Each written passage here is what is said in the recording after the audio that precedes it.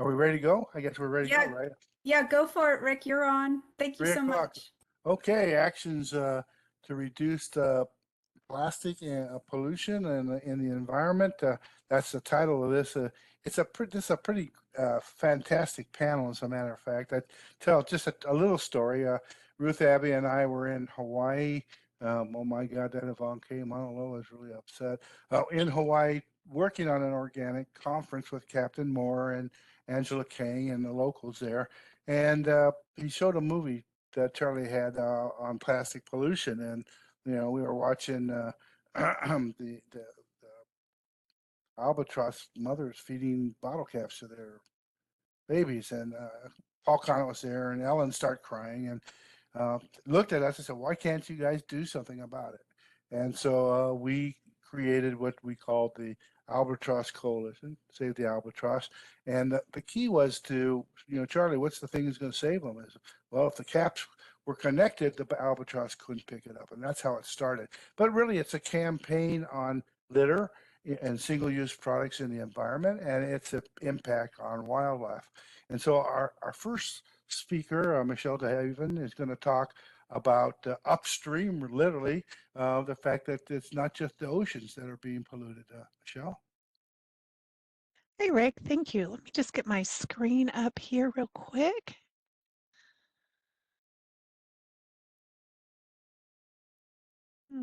Oh, I can't share because there's something already being shared. Chris? Haley, you can take the title slide down, please. Great, thank you. Are you showing your slides, or do we have? There we go. All right. I've got them. Let me just make this. Here we go. Awesome. Okay, as Rick said, I'm Michelle DeHaven. I work for the Environmental Finance Center at Wichita State University. We serve the states in EPA Region 7, which is Kansas, Nebraska, Iowa, and Missouri. And what we do is we work to help empower communities to tackle a variety of environmental challenges, from air quality to food loss and waste to water and wastewater utilities, and really thinking a lot about sustainable solid waste management practices. Pardon me. So just to dive right in, we're all pretty familiar with the stories of marine debris, right? We know the pictures, we know it's in the ocean, we know it's causing a lot of problem. Discharges from ocean vessels and other types of like non-point source pollution, and especially from agriculture runoff and things like that are messing with our marine ecosystems, and a lot of that is we see that predominantly in stories and conversations, but what's missing from that equation is aquatic trash. So there's this difference a little bit between what we think about marine trash is the stuff that's in our oceans, but EPA kind of talks about aquatic trash in terms of the other water bodies that contribute to that ocean debris. And so many studies have recently shown that 80% of plastic pollution, specifically plastic pollution, is coming from land-based sources. So especially our urban areas where rivers run through. So I'll talk a little bit more here in a second, but for instance, in St. Louis, Missouri, you have the confluence of the Missouri and Mississippi rivers, and those are the confluence of two very large watersheds. So the stuff that's going into those rivers is flowing right down into the ocean and wreaking havoc. Excuse me. So this is just to kind of go over a couple of different litter studies that our center has conducted over the last year and a half or so. One of them was primarily on land, and the other is using in-stream trash devices. So because, as I mentioned, so much of our marine debris comes from land-based sources, we were able to do a study on the litter in Wichita, Kansas. The Arkansas River flows directly through the city, and it connects with the Missouri River, and then eventually down into the Mississippi and to the Gulf. You know how all of these waterways are very interconnected. So Wichita, this on the left side of your screen is the map of all of the public city-owned parks inside of the city limits of Wichita. There are over 100 city parks in Wichita with a variety of land uses. So athletic fields, playgrounds, nature trails, bike paths, all those kinds of great things that you see at city parks. And so for this study, which sought to develop a snapshot of the litter in the Wichita area, we randomly selected 12 different parks. We used the city council districts as our strata for this in order to try to make sure that we got parks from all over the city. And so in each of these city council districts, which are kind of broken up by the different colored pins that you see on that map, we had 2 parks in each city council district, and each one of those parks tended to be more have more built environments, so those athletic fields and playgrounds and picnic pavilions, like large areas. And another one was primarily nature, so primarily nature focused, so a lot of trails, not much in the way of pavilions or playgrounds or things like that, so that we could really get a snapshot kind of what's littering up the various places in the different parts of the city. Volunteers were used to collect this, so this was a full citizen scientist study, and we held 2 separate litter collection events at each of these locations. They were about 5 weeks apart. The first time we did it was throughout the month of June. The second time was throughout the month of July in 2021. And so our volunteers would attend. We did not clean up the entire parks because they are very large, but we did establish a boundary of about equal size in each of those parks, and that's where our volunteers would collect. And so you can see in the top picture there, we had these 5-quart buckets, and those buckets were used for tiny pieces of litter. So anything smaller than 4 inches was put into that bucket and was measured volumetrically. And then in the lower picture, you can see some folks are holding some clipboards with paper. Those were the data collection logs, where anything larger than 4 inches was categorized,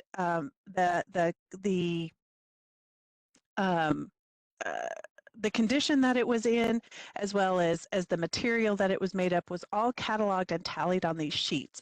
And that was the data that we then pulled from all of these sheets, from all of these events, in order to get this idea of what was happening with litter in Wichita.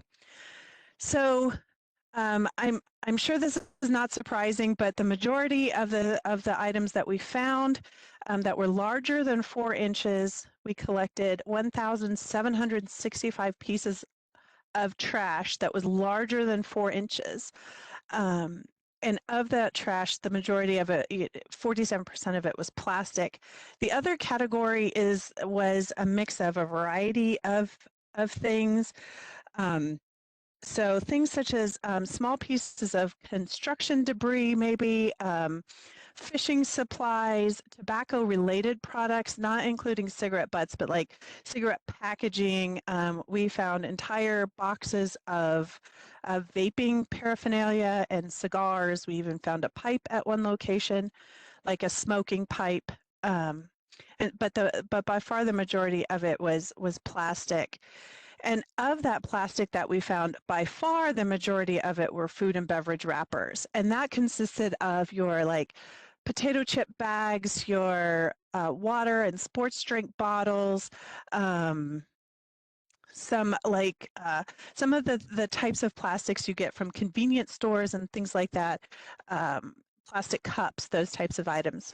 Additionally, those buckets that I mentioned, we collected more than 24 buckets full, 5-quart buckets full to the top of pieces that were smaller than 4 inches. And that consisted primarily of cigarette butts and bottle caps and small bits of plastic and foam. Our other project was a little bit different. That was using in-stream devices to capture the trash that's flowing down the water, down the river. This was conducted in St. Louis in 3 separate tributaries inside of the city limits. There were 3 different types of booms. You can kind of see, I'm sorry, these pictures aren't the best. The top one was one type, and then 2 other different types of booms that stretched across these tributaries that sought to collect that trash. And then the organization that we worked with in St. Louis would pull those traps out of the water up onto the land, and then volunteers would then do the same thing that we did in Wichita, where they would separate it, they would count it, catalog it, determine its condition, those kinds of things, in order to see what kind of things they were pulling out of the river. Additionally, these traps, there were some traps that worked better in some areas than another, so we were also able to kind of pull a variety of data from this study to see how different traps were working in different water bodies. They were all river tributaries of the river, but they had different flows and the different locations and whatnot.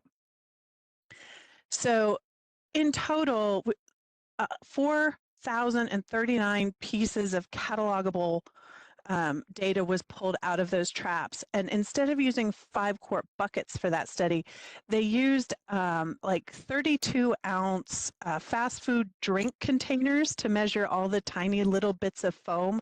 And they literally pulled out hundreds of cups over the course of the year of this project of tiny pieces of foam and plastic that were floating in the river from that one. So the comparison of these two, we're looking on land and in water, and what we found was on land there was a lot more plastic that we were able to see and gather, whereas in water there was a lot more foam. On land, the area was we found a lot of very small pieces, which we believe could be attributed to the mowing season. So there were things that you could tell that had been chopped up by something that was probably just sitting on the park and got mowed over. We did one experiment with a little cup, and we were able to put almost a half of a 20-ounce styrofoam cup back together just from the small pieces we picked up. Whereas in the water, it was larger items. One of the things they found frequently were athletic balls, so basketballs, playground balls, tennis balls, those kinds of things as well. On land, it was there was very targeted, specific sites, whereas on the water, it was just whatever flew down the river, and there was a longer time frame for the data analysis for those. 3 minutes. Thank you. I appreciate that because I don't have a clock up, so thank you so much. This is an image of the data card that was used in both studies. This is modified and adapted from EPA's Escape Trash Assessment Protocol sheet. And what this shows is that we had all of these different categories. There were write-in options, as you can see on the right side. All the way at the bottom, there's a place to write in. And you would have a condition. If the item was fully intact, then you'd put a tally mark in that column, and et cetera down the way. So based on how many, and you would just use one tally mark for each thing you found. So if you found 5 beverage bottles, somewhere in that top line there would be 5 tally marks, and that's what we used. That was the data that was used. And then there was a place for notes so that we could see kind of where, if there were any distinguishing characteristics of the trash, if there were a constant kind of brand. So for instance, in the Wichita litter study on land, we noticed that a lot of cups were coming from a particular gas station that's frequently found around the city. And so the point of that, we didn't put names or anything in the report. The purpose of that was to then be able to allow for some targeted outreach to perhaps reach out to those entities and say, hey, is there a way we can keep the lids on the trash cans, or those types of things. But these were there was also another sheet for the Wichita litter study on land that provided a place for people to do tally marks for their buckets, and also list the amount, the kind of what was making up most of the trash in the bucket. 1 minute to wind up. All right. So at the end of these studies, we realized we know the environmental impacts. The social impacts can range from everything from just the health of the community, as far as what we're ingesting, what we're breathing, what's flowing into our yards, and as well as just the health and enjoyment of going to a park that's not littered with trash. And of course, economically, litter costs a lot of money to get rid of. And so there are this kind of triple bottom line that we talk about, that litter can really cause a problem. That was a very fast overview of those. So I'm always happy to talk Appreciate with more people. We appreciate your good work, Michelle, and everybody can get your email, and we can. Yes. If we have a little time at the end, there'll be some questions, but I'm not sure we're going to, because all you guys have a lot to say. The next speaker I met in Brazil. It was an international dialogue, and we had people from all over the world, and he showed up, and he really had some amazing things to say and show about his recycling program in Sweden. We deemed it one of the best in the world. Today he's retired and traveling around the world, and he's an advocate for Let's Do It, cleaning up the planet. He has spent a lot of time doing it. I want to introduce my good friend, Paul Martins. Oh, hello everybody. You can hear me now? Yep. That's good. My name is Paul Martinsson. I'm from Sweden, and today I'm representing an organization from Estonia, and I spend most of my time in Asia and live in Indonesia. And today I am sitting in San Diego, California, and tomorrow going to Costa Rica on a zero waste conference. That's pretty much me in a short presentation. By the way, I go there with Ruth and Rick, so we will meet soon again. So I will talk a little bit, of course, about the plastic, since we are doing cleanups all over the world. So plastic is always the #1 topic coming up all the way. And I will also mention a little bit about our organization and what we are doing, and that we are the one behind the World Cleanup Day and how everything started. So I cannot move. Yeah, here it is. Yeah, this is just a few pictures of the world today. We have the famous rivers we saw in the presentation before. They are full of plastic, and this is from Asia. You know that 9 of the 10 most polluted rivers are actually coming from Asia. And then there's a little bit of a overconsumption and the draft and the landfills and how the city looks like also. And a little bit about the residuals from plastics, a few facts that are interesting to know, and that we all know that the plastic is exploding all over the world, and they're gonna increase the plastic production 2 or 3 times until 2050. So this is not anything we're going to get rid of. And you also heard a lot about there will be more plastic than fish in the ocean 2050. But in that case, I think you should always think about the fishing industry, because the fishing industry is one of the worst polluters when it comes to the marine plastic. It says it's around 40% of all these old fishing gears, and that are really floating around a lot of nets, killing fishes and contaminating the oceans, of course. And cigarette butts is, of course, one of the worst polluting things we also have all over the world, and we talk about trillions. And you know, that is maybe not the tobacco that is the worst thing. It is the filter, which is made out of plastic, and it's really hard to take care of this stuff, and it's very toxic, of course. And then also that the research showed that 90% of all the salt we are eating contains microplastic, and they say that we eat about a credit card of plastic every week, which could be maybe good if it's a lot of debts on the card, but I don't know if it will help. And more tons and billions of tons will end up in the landfills, and 2050 they say there will be about 12 billion tons totally. And I am from Sweden, which is a land of incineration. We incinerate more than 50% of our waste, and of course there is a lot of plastic that are incinerated in Sweden, and we also import waste which contains a lot of plastics. And the latest star on the polluter heaven is, of course, these disposable masks that are coming in billions all over, and we have found so many of them in the ocean and in the rivers.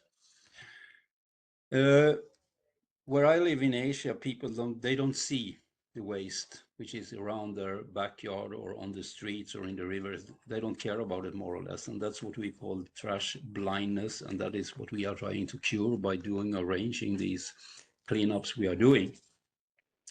So believe that waste around us is someone else's problem, that is not a smart way of thinking. So always these small actions we are doing, and even if it's a cleanup just with a few people in a small area, it has a huge impact if people start to understand what it's all about. And the zero waste movement, we always talked about, there is no away. So the question is, where is this away, where everybody is throwing the things and they think it goes away? And especially in Asia, where I stay, I mean, the river is the main waste management system they have. Everybody throws the waste into the river and it goes down. I live just 5 minutes from the beach and 25 meters from the river. I see it every day. And if I go down, I see it's washed up on the beach. So the solution of that is not so smart. Then we have all this mismanaged plastic waste, which are coming mainly out of Asia, because Asia is about 4 billion people. So that has a huge impact. And of course, India and China, with the huge populations they have, has a lot of mismanaged plastic, and they cannot take care of it. And the recycling shows now that it is so low, it's below 5% of all the plastic in the world. So of course the plastic is a huge problem, and we see it everywhere on the beaches or in the forest when we are doing cleanups. Only a fraction of plastic waste is recycled, and up to 20% is mismanaged, and it means that it's dumped into without any proper waste management, and it threatens, of course, the land and the environment in the marine and the oceans, and because it doesn't decompose, so polluting the environment for hundreds of years, and it will be there for a long time. Let's see if we can get the next slide now. Yeah, that's why we are there, to clean up, and we try to clean up as much as we can, and we'll show you some figures later. So how to make this change happen, that we want to have a waste-free world, and how to raise the awareness, and how to engage all the needed stakeholders we have, and how to create a more long-lasting change. It has, of course, to do with awareness. So we have educational programs in schools all over the world, and we are also having webinars, and we are trying to educate people when we have the cleanup, because that is a hands-on action where people actually are doing something, and they can see and they can touch and they can smell it, and then we start talking about it. So big things I will show you comes from crazy ideas, which is the origin from the Let's Do It. And our vision was to engage 5% of the world's population. So not only talking, we have to take action, and that's what we've been doing. So it started 2008 in Estonia, and in 6 months the organization was created, and we had a lot of partners coming up, and we engaged a lot of people, and then in a few weeks we were cleaning up almost the whole country, thousands of tons of waste, and this was a big happening. So it started, like rings of water goes into the neighbor countries, Lithuania, and we went to Kosovo and some other countries in Europe, and they started to have these Let's Do It groups, which means that they were doing cleanups. And it was cheap for the government. It doesn't cost them any money, but if they should have done the thing we did in Estonia, it should cost them 22.5 million euro, which is almost equal to dollars. So that was a cheap way to take care of the waste the first time. And then it has been going on. And our aim is, as I say, 5% of the world population, or 5% in the country where we are. And we are doing these cleanups because we think they are triggers for a more sustainable world, and we also tell people that waste is a proof that this is not sustainable. So it doesn't matter if we incinerate it or we landfill the waste, it's still a proof that something is wrong. And zero waste is long before we start talking about circular economy. That is circular thinking all the way. And it should be no waste left, because we should not put anything into the loop if we cannot take care of it. Then we have a problem. Let's see here. Yeah. So why are we doing these cleanups, and why are they important? Because they raise awareness about the damage being done to the environment by any kind of pollution. It's not only plastic. And it helps also people to take some kind of responsibility and reduce the amount of waste and pollution.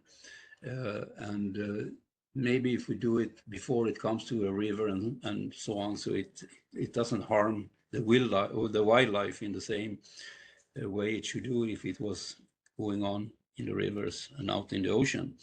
And it brings the problem of the plastic pollution to the mind of the people. And I think it was really good when China 2018 banned the plastic import. And they really saw that now we have a problem when we can ship it off to China. And now we know that they ship off to many, many other countries in Asia. And these countries are now creating laws that will be forbidden to import plastic and so on. And even in EU, they say they have a legislation that's coming up now that say it's not allowed to export plastic waste and so on. We shall see. We take the next one. Have cleanups any kind of impact then, or is it just happening? It has an impact. We have seen it many times. It's united community, and there are places where they are still, after 5-6 years, doing regular cleanups in different areas. And they also see when they have cleaned up the area and people see how nice it is, they don't litter again. So it has an impact. And of course, it helps us to remove the pollution of what kind of waste we have, and it raises an awareness of the negative effect about this, that especially where I stay, you know, they just threw it outside the door and they don't care about it. But the awareness and slowly, people understand that this is not the right way to do it. We need to do it in a different way. And it prevents plastic pollution, and it helps us to find different, because it's not a one formula for all over the world. It's different solutions in different places, and that comes through how fantastic people are to come up with different solutions and ideas. Power of belief for Let's Do It World when we stayed here was, of course, that we had an idea. We cleaned up the country, and we got a lot of followers, and we became a big global network. And then we decided to go for the World Cleanup Day. We created Let's Do It World 2019. And we have shared values, and we want us to be the change you want to see, and we have to be persistent. These are the few countries that are reached more than these 5% I was talking about. We also believe that we need the government, business, and all the people work together, because we need each other, and we need to cooperate to help each other. And of course, we need to tap off the production, and we need to redesign the products we cannot take care of. This is just a picture of the SDG. We are actually in 9 of them now. We added number 6 and 16 just to show that we are benchmarking against them. So we have the flagship campaign, which is the World Cleanup Day, and we also have the Digital Cleanup Day, which is in March, where people are supposed to clean up all their gadgets and computers, whatever they have from all this digital waste we are creating all the time. We are like we are doing now when we are talking and on a conference. And we have campaigns all over the world, and we have a lot of different environmental literacy projects. We work together with a positive attitude. That is the main thing, you know, and we never accept what we call greenwashing. So we had a vision, and we have a mission, and all this together change into people's mind, and this is what we think is the circular waste management thinking, you know, that we work together, and we have in front of us a waste-free world coming up, even if it's a few years ahead, of course. But we will engage people as much as possible so they understand in these both local and global actions we have. And this is how it worked. 2018, we started with the first cleanup day. We went into 157 countries, and then it kept going. And last year, when we have the pandemic, 21, we went down a little bit. And this year we catch up, so we were like more than 14 million, and we were in 190 countries on the World Cleanup Day, which was the 17th September last year. And these are also a few of the countries that are the biggest engagers during the 4 years. And Kosovo is on top, which is a small country in Europe, but they bring out a lot of people all the time. And we are a big civic action. Pardon? You got about 30 seconds to wind it up. Okay, so this is just how many tons we've been cleaning, how many people we engaged, and how many volunteers hours we've been working with. And we have these school projects, we have training for corporates, we have webinars, we have management projects, and this is our logo. And I hope we can just look at this one, 25 seconds. All right.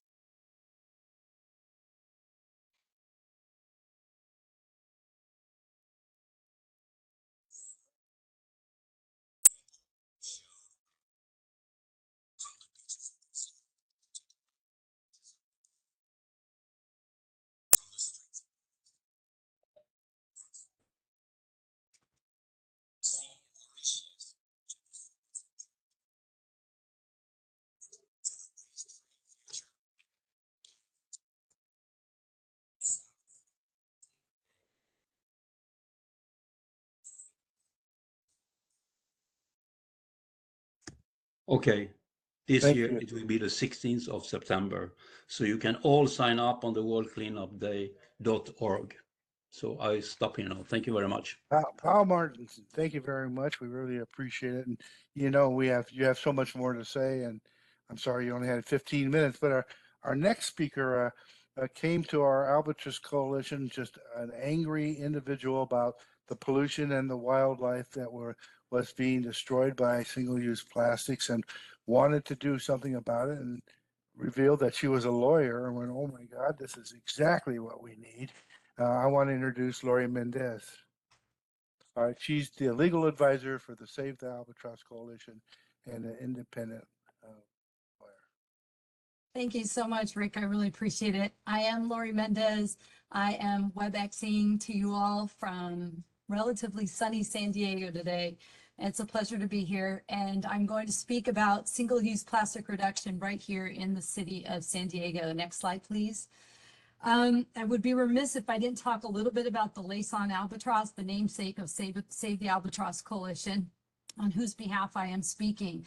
The Liaison Albatross is our canary in the coal mine. With a wingspan of 6 feet, the Liaison Albatross flies for about 2 years, up to 2 years at a time, touching down when it on the Midway Atoll. And when it does, it's to mate and raise its chicks. This is in the northern Hawaiian island chain. It's protected by the Papahanaumokuakea Marine National Monument. And even though the Liaison Albatross's nesting grounds lie within the protection of the monument boundaries, the northeastern Pacific Gyre, as you all know, is a swirling concentrated mess of plastic debris of all shapes and sizes and various levels of degradation. It's better described as plastic soup in an island, and it also resides within these monument boundaries. Unfortunately, the gyre of concentrated plastics is also the feeding ground for the Liaison Albatross that skims the surface for food and often mistakes the floating plastics, including PET bottle caps for nutritious food that it regurgitates into the mouths of its hungry chicks. The chicks, unfortunately, cannot regurgitate, and many die each year with bellies full of plastic. Next slide. This is my hero, Captain Charles Moore, along with Rick and Nick and Neil and some others who co-founded the Save the Albatross Coalition, an offshoot of Zero Waste California in spring 2016. In fact, Captain Moore, as you likely know, discovered the Northeastern Pacific Gyre in an effort to stem the number of stray bottle caps, as Rick talked about, that make their way into the ocean, ultimately the gyres around the world in the bellies of albatross and other wildlife. We at STAC recognized that the loose bottle caps was a design defect that needed to be cured by connecting the cap, as you can see below Captain Moore. And that would be during the production process. So in January 2017, we wrote to 3 of the biggest known polluters, Coke, Pepsi, and Nestle, asked them to please connect their caps. Unfortunately, our letter was met with a lackluster response. Luckily, to hedge our bets, at the same time, we were also busy promoting statewide legislation championed by California Assemblymember Mark Stone.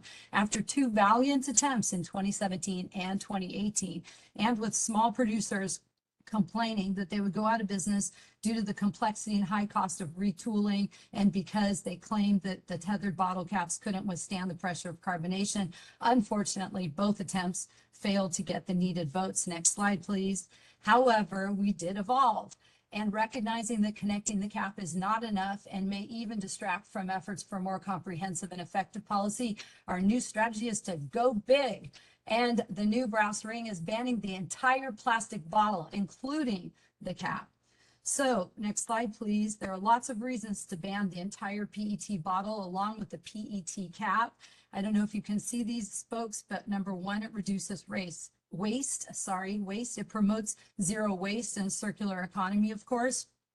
And the ban will force change from a one and done throwaway mentality to using best available alternatives, of course, recognizing that there is no silver bullet, but factoring in the impacts of the entire life cycle of substitute materials, which likely would be glass and metal, and hopefully refillable. The next 5 reasons in each of the spokes can be viewed through an equity lens. Aesthetic beauty with less pollution for fence line communities from extraction, petrochemical and incineration pollution, but also reducing blight that is disproportionate in marginalized BIPOC communities, and especially in Southeast Asia.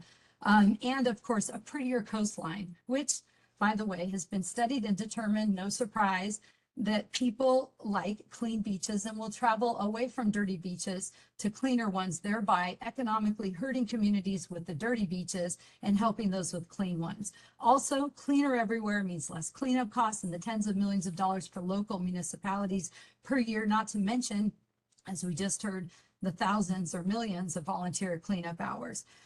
Finally, of course, less bottles produced, transported, and incinerated will help greenhouse gases, and ultimately we will live a cleaner, less toxic, here in San Diego, at least for sure, and around the world, I hope, a cleaner, less toxic city while drinking more healthfully from a non-leaching, non-single-use disposable plastic beverage container. Next slide, please.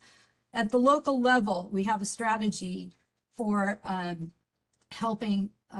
Well, first of all, I just discussed how it's good for the locality, but also we want to encourage healthy neighboring rivals and healthy competition for trailblazing legislation. So we look to our neighbors, for example, to the north in Los Angeles, and we say we want to beat them to the finish line and get our ordinance passed first. But if we can't, we'll play off LA and say, when we get to the city council in San Diego, look at LA, our neighbors, they did it, why can't we? Another reason is we want to attain critical mass by reaching and passing a lot of ordinances locally, so we can go to the state and national legislators and give them the confidence they need, knowing their constituents are behind legislation. So we're going big locally. We hope it will have ripple effects statewide, nationally, and beyond. Next slide, please. So we're looking for language for our ordinance here in San Diego. The gold standard that we found, you all heard about it yesterday, was SFO Airport. They're doing a remarkable job to promote a green and zero waste air environment, all in a challenging transient environment, which is extra challenging. The SFO rules and regulations went into effect in January of this year, and it is working, as I'm sure you heard yesterday.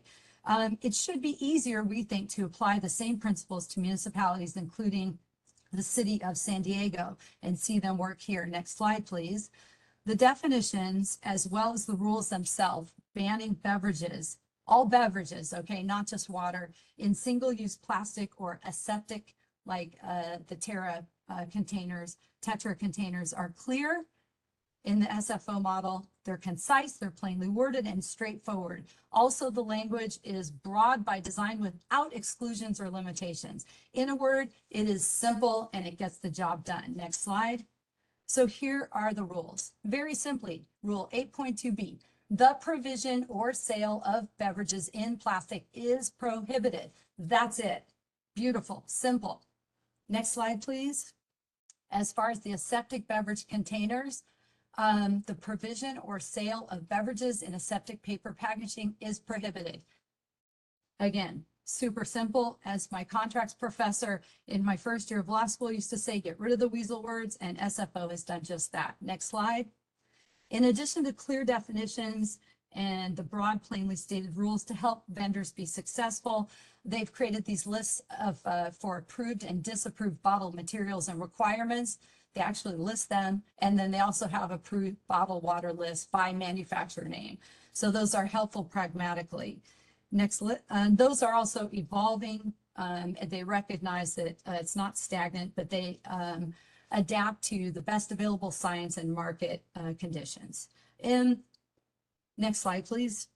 So in San Diego, I have to talk about an ordinance that we have passed. We were ahead of the game in 2019. I was in council chambers when this ordinance passed, and we were so happy. It was called the Polystyrene Foam and Single-Use Plastics Ordinance. That's probably why it had problems, because of that long name. But anyway, it was supposed to be implemented, but right before implementation, a lawsuit was filed and the ordinance was challenged, but it was settled with the agreement the city would perform an EIR under CEQA. After the EIR process, which took 3 years, it finally came back just last month on recommendation by the city's Environmental Service Department. And on November 17, 2022, after public comment, it passed. It's passed its first reading. The second reading will be on December 6th at 10 a.m. in council chambers, or you can appear remotely if you'd like to join. I should be there. And that will be a second reading and a chance for public comment, and the council will vote again, and passage is expected. If it does pass as expected, it will go into effect on April 1st, 2023, and implementation will start then. Next slide, please. So what are we going to do next? Really, timing really is everything. We must be patient. We have to wait 6 months post implementation of that single-use plastic reduction ordinance. So we have to wait until October. That takes us all the way from April plus 6 months is October 2023 to make sure that everything goes smoothly with the rolling out of that ordinance, so we don't overwhelm the city council members while they're waiting to see how everything goes. Second, working with California state and local policymaker extraordinaire, Craig Cadwallader, I don't know if any of you know him, we will be drafting an ordinance using SFO's clear, concise, effective model language. Thirdly, we will seek champions within city council, then allies of the rest of the council. And fourth, we will test the waters. Step one, possibly tackling City of San Diego internal departments. It's notable and commendable that City of San Diego since 2011 has already had in effect environmentally preferable purchasing, EPP administrative regulation, prohibiting bottled water from purchase. However, there is still a possibility for an approved exemption waiver. In our ordinance, we would seek to close the potential approved exemption loophole. We would expand the prohibition from water only to all beverage bottles and containers listed in Rule 8.2 definitions and ban of the SFO airport rules and regulations. Step two, we would— 2 minutes, Lori. if you Oh, can I'll do make that. it, no problem. Oh, then I can slow down, actually. Thank you, Rick. We would be going external and working toward passage of a citywide public-facing and private vendor ban. So these would be banned completely from all of the city of San Diego. They would not be able to be sold here. Alternatively, it is possible if our council champion or champions want to go really big, really fast, there's an outside chance that we may be able to combine both steps at once. So Craig and I are hopeful that after much patience, by doing our homework and due diligence, preparing the ordinance in advance and taking the right strategic steps at the right time, by this time next year, we will be well on the way to banning all single-use plastic and aseptic beverage bottles and containers within the city of San Diego. We'll be doing our share to turn off the tap, and we challenge our neighbors to the north and the east to do the same. We welcome them to do the same as well. Last slide, please. I am very happy to make my slides available to anyone who wants them. And likewise, if you'd like to reach out to me or Craig or would like updates on the City of San Diego single-use plastic beverage bottle and container ban, feel free to reach out to me via my email. Oh, that got kind of messed up. But anyway, it's Lori@mendezplc.com.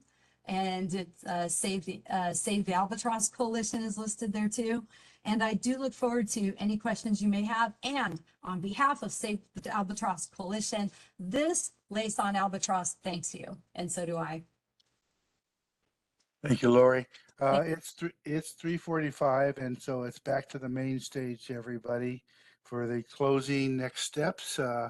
Thanks for my panel. I love you all. You're really doing a great job, and I'll talk to you guys all later.